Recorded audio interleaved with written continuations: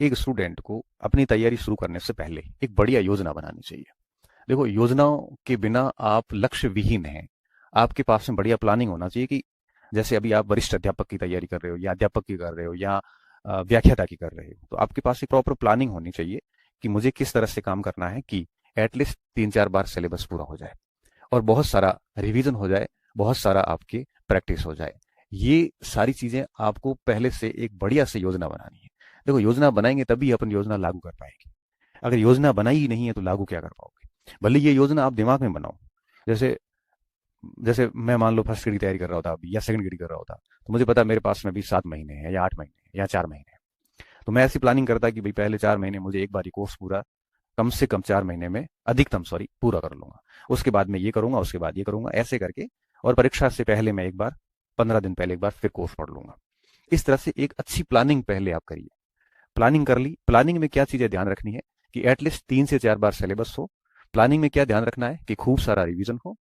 और प्लानिंग में क्या ध्यान रखना है कि खूब सारी प्रैक्टिस हो, क्योंकि बिना रिवीजन और प्रैक्टिस के कभी भी कोई भी विद्यार्थी सफल नहीं हो सकता।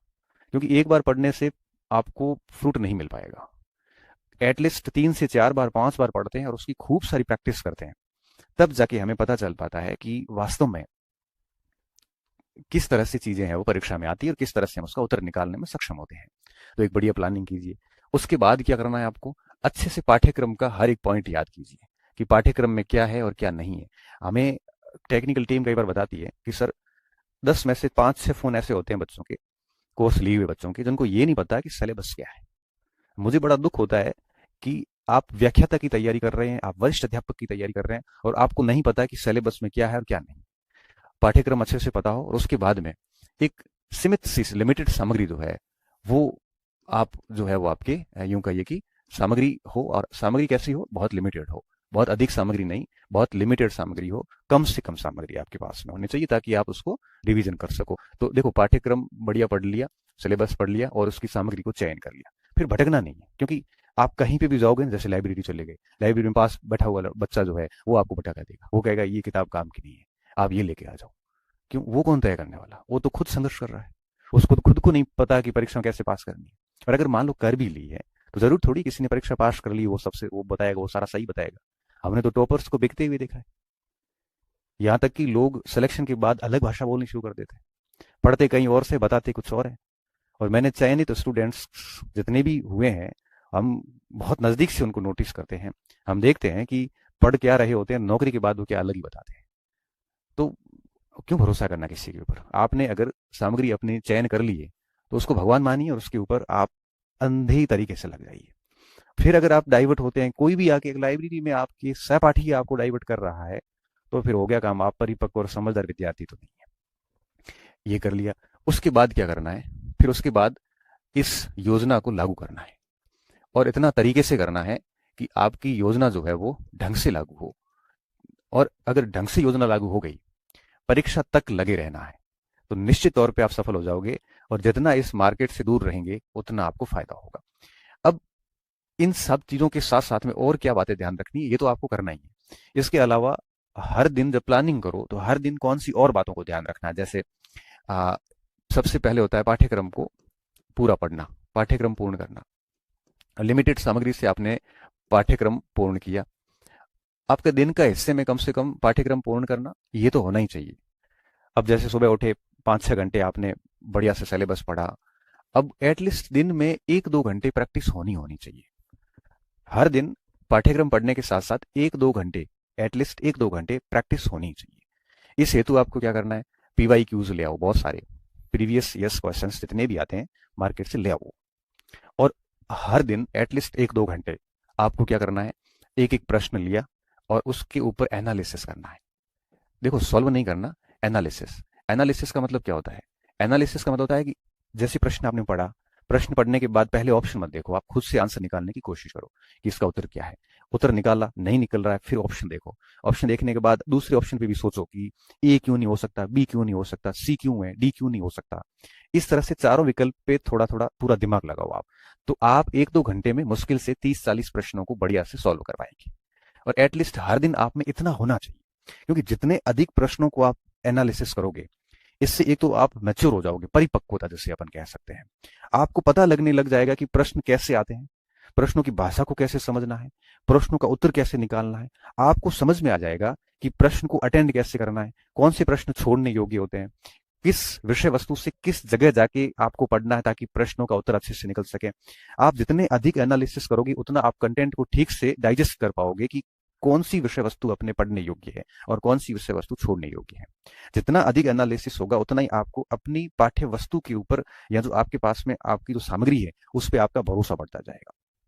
इसलिए कहते हैं कि बहुत जरूरी होता है एनालिसिस करना, और डेली 1-2 घंटे। मैं तो कहता हूँ टेस्ट सीरीज इतनी जरूरी नहीं है जितना पुराने प्रश्न जो है। पुराने प्रश्न का तात्पर्य ये नहीं है कि फर्स्ट ग्रेड की तैयारी करें केवल फर्स्ट ग्रेड की।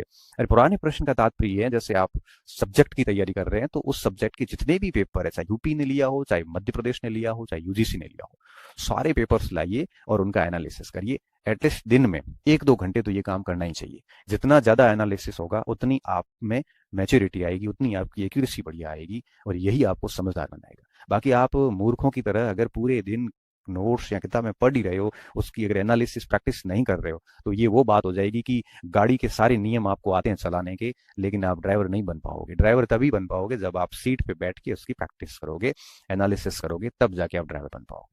स्विमिंग के नियम मुझे सब पता है, लेकिन मुझे स्विमिंग नहीं आती। क्यों नहीं आती? क्योंकि उसकी प्रैक्टिस नहीं है। इंग्लिश की ग्रामर के रूल्स हमें पता है, लेकिन हम इंग्लिश नहीं बोल सकते क्योंकि हमारी वो प्रैक्टिस नहीं है। वो सेम बात यहाँ पे भी लागू होती है। अब क्रिकेट के नियम पता होने से आप अच्छे क्रिकेटर नहीं हो सकते। उसी भांति अगर आपको अच्छा करना है एग्जाम हॉल में, तो पढ़ने के साथ साथ में प्रैक्टिस करना बहुत जरूरी है। और प्रैक्टिस पीवाई क्यूज कीजिए, जितने भी पीवाई क्यूज मार्केट में आते हैं आप रूम में रखिए, और जैसे ही टॉपिक पूरा होगा आप ये काम दिन में, मैंने कहा दिन में 3 चीजें जरूरी है।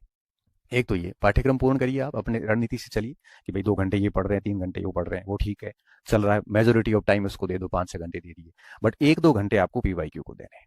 अब आप मुझे कहोगे कि सर पीवाई क्यूज हम कर लेंगे, हम सर एनालिसिस भी कर लेंगे और हम ये सब चीजें कर लेंगे, लेकिन कौन सा पीवाई क्यूज करें? जिस सुबह जैसे आपने इतिहास पढ़ा है, इतिहास में आपने जैसे मिडाइवल पढ़ा है, तो शाम को एनालिसिस मिडाइवल का ही करें या किसका करें? तो मेरी रणनीति ये रहा करती थी, जैसे मान लो कि जनवरी है, जैसे मान लो, ठीक है, और जनवरी में जैसे मैंने आधुनिक भारत और विश्व इतिहास पढ़ा, और फरवरी आया, फरवरी में जैसे मैंने मध्यकाल शुरू किया मान लेते हैं, तो मैं फरवरी के अंदर जो एनालिसिस करूंगा वो करूंगा आधुनिक भारत और विश्व का। क्यों? क्योंकि मेरे वो पूरा पढ़ा हुआ है, मैं पूरी फरवरी उसका एनालिसिस करता रहूंगा। इससे क्या होगा? इससे ये होगा कि फरवरी में मध्यकाल और एक और पार्ट ले लो, राजस्थान का ले लो, इसका तो मेरा पाठ्यक्रम पूरा हो जाएगा, और साथ साथ में जनवरी का पढ़े हुए का पूरा एनालिसिस होता रहेगा। और अब ये एनालिसिस करोगे तो इसका रिवीजन अपने आप साथ में होता जाता है। फिर जब मैं मार्च में 2 नए पोर्शन लूंगा तो जनवरी और फरवरी का फिर मैं फरवरी के रिवीजन और एनालिसिस पे बल दूंगा। इससे क्या होता है कि आप एनालिसिस प्रश्नों का जब करते हो तो जो आप पूरा पोर्शन पढ़ चुके हैं, जो छोड़ चुके हैं, जैसे मान लो कि पॉलिटिकल साइंस, जैसे कोई आरएस की तैयारी कर रहा है, अब जैसे वो, जैसे अभी अक्टूबर का महीना चल रहा है, अक्टूबर में वो भूगोल और इकोनॉमिक्स पढ़ रहा है, सितंबर में मान लो उसने पॉलिटिकल साइंस पढ़ के छोड़ दिया, तो अक्टूबर में जरूरत इस बात की रहती है कि अक्टूबर के अंदर वो पॉलिटिकल साइंस का एनालिसिस करे, प्रश्नों को मिलाए। इससे क्या होगा कि 2 सब्जेक्ट का पाठ्यक्रम चल रहा है और साथ में पीवाई क्यू पुराने वाले के चल रहे हैं, तो इससे क्या होगा कि साथ में बने रहोगे आप। तो इस हिसाब से कोशिश करनी चाहिए। और अगर कोई स्टूडेंट मैं कह रहा हूं कि 10 बार सिलेबस पाठ्यक्रम पढ़ ले और उसने अगर पीवाई क्यूज नहीं की और उनका अगर एनालिसिस नहीं किया है, तो बहुत संभावनाएं हैं कि वो परीक्षा हॉल के अंदर गलतियां करके फेल होगा। ये तय बात है। भले आप दुनिया की सारी टेस्ट सीरीज दे दो, जब तक ये एनालिसिस नहीं होगा। बच्चे तो क्या करते हैं, मैं देखता हूं कि प्रश्नों को देखते हैं, सीधा पीछे पेज मोड़ के उत्तर देख के लगा के चल जाते हैं। क्यों लापरवाही कर रहे हो ये? अरे एनालिसिस ये नहीं होता, प्रश्न के ऊपर जान लगाइए आप उत्तर निकालने की, तभी समझदारी आएगी, तभी दिमाग के ऊपर जोर डाला जाएगा कि क्या क्या चीजें याद करने की कोशिश की जाएगी। और आज की तारीख में मैं हमेशा कहता हूं कि मेहनती बच्चों की कोई कमी नहीं है। आपकी मेहनत पे मुझे कोई डाउट नहीं है, बट मुझे डाउट इस बात का कि आप ये चीजें नहीं करते, ये चीजें आप नहीं करते। और मैं बताऊं, हम लोग जब तैयारी करते थे, मेरा जो ग्रुप पढ़ता था, ईमानदारी से कह रहा हूं, हम लोग ऐसा कोई दिन नहीं जाता था जिस दिन 20-30 प्रश्नों का बढ़िया से डिटेल्ड एनालिसिस नहीं किया हो। जैसे कोई सिंपल प्रश्न आ गया हमारे सामने, तो वो भी देखते थे कि इसके उत्तर में ये क्यों नहीं है, ये क्यों है। एक एक ऑप्शंस के ऊपर पूरी माथा फोड़ी करते थे, 5-7 मिनट एक ऑप्शन को देते थे। और एक परिणाम ये निकलता था कि 1 डेढ़ घंटा, वो 1 डेढ़ घंटा कौन सा लेते थे हम, भोजन बनाते वक्त ले लिया, या बहुत पढ़ाई में मन नहीं था उस समय, या फिर खेल के आए थे या खेलने जा रहे हैं उस समय थोड़ा 1 घंटा पहले मन नहीं है पढ़ने का, उस समय हम एनालिसिस का काम करते थे।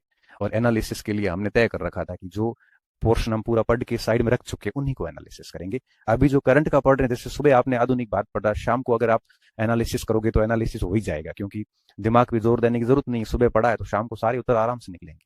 ये एनालिसिस नहीं है। जनवरी का पढ़ा हुआ का एनालिसिस फरवरी में करो, और फरवरी वाले का एनालिसिस मार्च में करो, और मार्च में जो पढ़ रहे हो उसका एनालिसिस अप्रैल में करो। पूरा कोर्स हो जाता है, फिर वापस उसको इस हिसाब से घुमा दो। तो एटलीस्ट एक दो, और ये कौन से एनालिसिस करने, ये योजना आपको बनानी है। बट ध्यान इस बात का रखना है कि सुबह पढ़े हुए का शाम को एनालिसिस करने की जरूरत नहीं है।